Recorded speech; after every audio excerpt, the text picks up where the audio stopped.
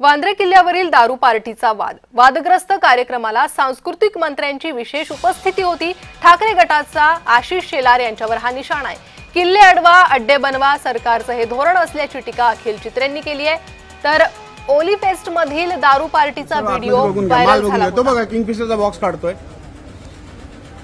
किल्ल्यावर पार्टीला परवानगी कुणाची असा प्रश्न अखिल चित्रेंनी उपस्थित केलाय।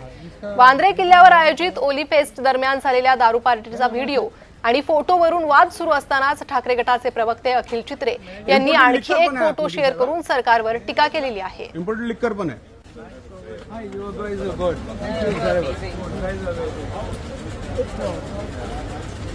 साहेब बघा ना, हे बघा हे हातात पितात आहे। सर्व आतमध्ये बघून घ्या, माल बघून घ्या। तो बघा किंगफिशरचा बॉक्स काढतोय। गड किल्ल्यावर दारू विकतात का? गड किल्ल्यावर दारू विकतात का? हे बघा, ही ट्रे बघा। इसका ये कौन है? मॅनेजर कौन है? मॅनेजर कौन है? किल्ल्यावरती दारू विकतो सर, काय आम्हाला परमिशन आहे? परमिशन बिना परमिशन गड किल्ल्यावरती एक मिनिट वरड नाही तुम्हाला विचारलं सर? नाही विचारा नाही। तुम्ही कोण? दोन डॉक्टर ऐका ना, एक मिनिट, तुम्हाला कॉल पडले, तुम्हाला ऍक्शन घ्यायचं आहे, ऍक्शन करा। ते काय आहे ते का? तर अखिल चित्रे यांनी एक्स पोस्ट मध्ये काय म्हटलंय तेही पाहूयात।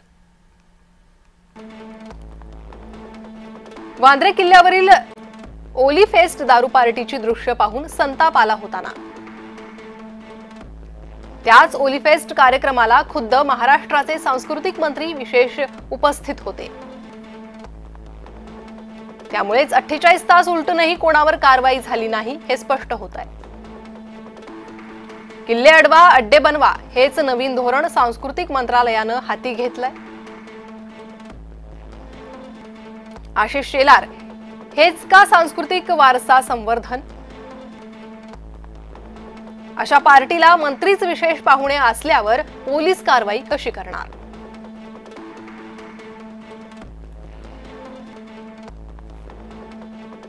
अखिल चित्रेंनी हे सवाल उपस्थित केले आणि सांस्कृतिक मंत्री आशिष शेलार यांच्यावर आरोप केलेत।